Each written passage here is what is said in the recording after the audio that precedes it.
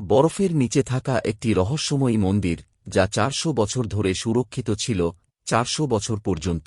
বরফের স্তূপের নিচে পড়ে থাকা একটা মন্দির, যেখানে সময়ে সময়ে বড় বড় বরফের চাই বা পাথর পড়েছিল। কিন্তু হয়রান করার মতো কথা হল, এত প্রাকৃতিক দুর্যোগ আসা সত্ত্বেও এই মন্দিরের বিন্দুমাত্র কোনো ক্ষয়ক্ষতি হয়নি। বহু বছর পার হয়ে গেল, আবহাওয়া বদলে গেল, তারপর এমন একটা সময় এলো যখন বরফ ধীরে ধীরে গলতে শুরু করল। যখনই বরফ গলতে লাগল, তখনই একটা দিব্য দৃশ্য সামনে এলো ওই বরফের ভেতর থেকে। যা বের হল সেটা কোনো চমৎকারের থেকে কম ছিল না। সেটা এমন একটা মন্দির ছিল যাকে দেখে শুধুমাত্র শ্রদ্ধালু নয়, বরং সমস্ত বৈজ্ঞানিক ও ভূবৈজ্ঞানিকরাও স্তব্ধ হয়ে গেলেন।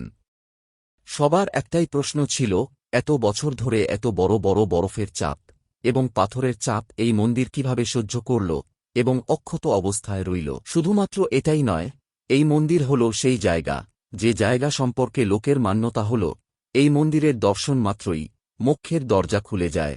কারণ মহাভারতের যুদ্ধ শেষে স্বয়ং ভগবান রুদ্র এই স্থানে প্রকট হয়েছিলেন এবং পাণ্ডবদের স্বর্গে যাবার রাস্তা দেখিয়েছিলেন। এটা কোনো সাধারণ মন্দির নয়, বরং শিবের ১২টা জ্যোতির্লিঙ্গের মধ্যে অন্যতম হল এটি। হিমালয়ের উঁচু উঁচু পর্বতশ্রেণীর মধ্যে অবস্থিত এই কেদারনাথ মন্দির উত্তরাখণ্ড রাজ্যের মধ্যে স্থিত একটি সুন্দর ছোট্ট শহর রুদ্রপ্রয়াগ, সবুজে ঘেরা বনভূমি, শান্ত তৃণভূমি এবং পবিত্র নদীর সঙ্গমস্থলে অবস্থিত। এই মন্দির শুধুমাত্র একটা ধার্মিক জায়গা নয়, বরং ইতিহাস, আস্থা ও অদ্ভুত বাস্তুকলার একটা জীবন্ত প্রমাণ। ইতিহাস গভীরে কেদারনাথ মন্দিরের সবথেকে পুরনো প্রমাণ ৭ শতকের স্কন্দ পুরাণে পাওয়া যায়।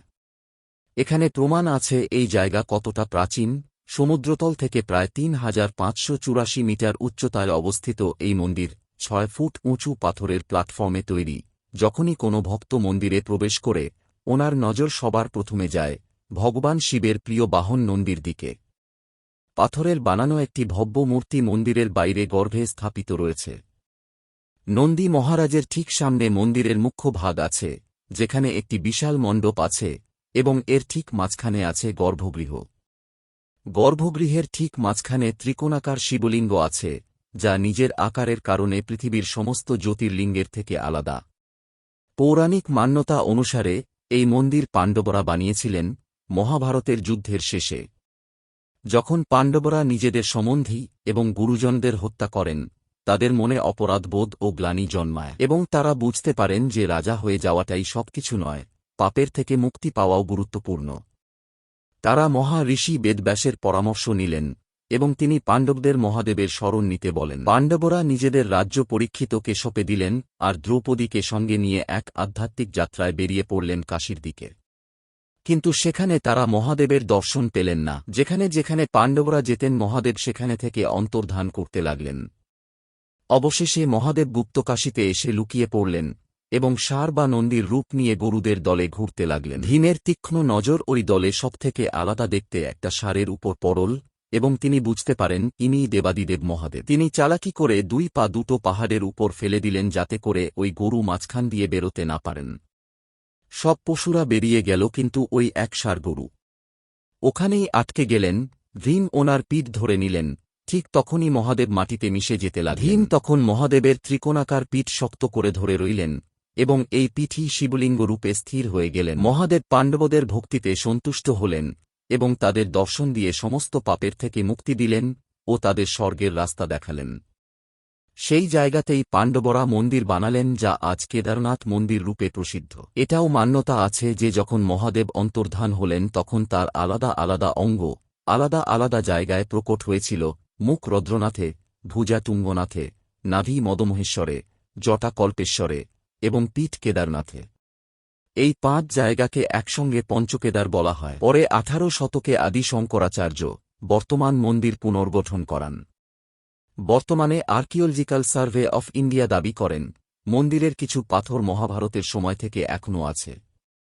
শিবের রক্ষক কালভৈরব, মহাদেবের রুদ্র রূপকে এই মন্দিরের রক্ষক মানা হয়। মন্দির থেকে ৫০০ মিটার দূরে উত্তর দিকে রয়েছে কালভৈরব মন্দির। বলা হয় যখন বরফের জন্যে মন্দিরের দরজা ৬ মাসের জন্যে বন্ধ থাকে, তখন কালভৈরব এই মন্দিরের রক্ষা করেন।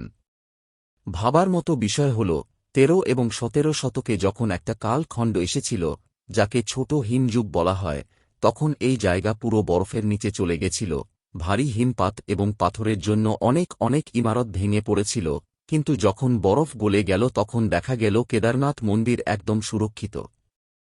তারপর 2013 ভীষণ বন্যা যা পুরো উত্তরাখণ্ডকে ধ্বংস করেছিল, সেই বন্যাতেও এই মন্দির সুরক্ষিত ছিল।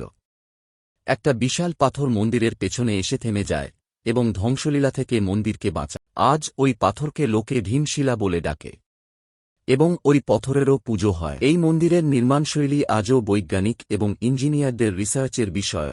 এই মন্দিরের পাথর ইন্টারলকিং টেকনিক দিয়ে জোড়া হয়েছে, যার মাঝে কোনো সিমেন্টের পরত নেই, এবং এই পদ্ধতি আজ থেকে 1000 বছর আগেই ব্যবহার হয়েছে।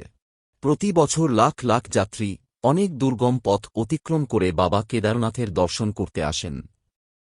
এটা শুধু মন্দির নয়, একটা অদ্ভুত সঙ্গম শ্রদ্ধা, বিজ্ঞান এবং চমৎকারের।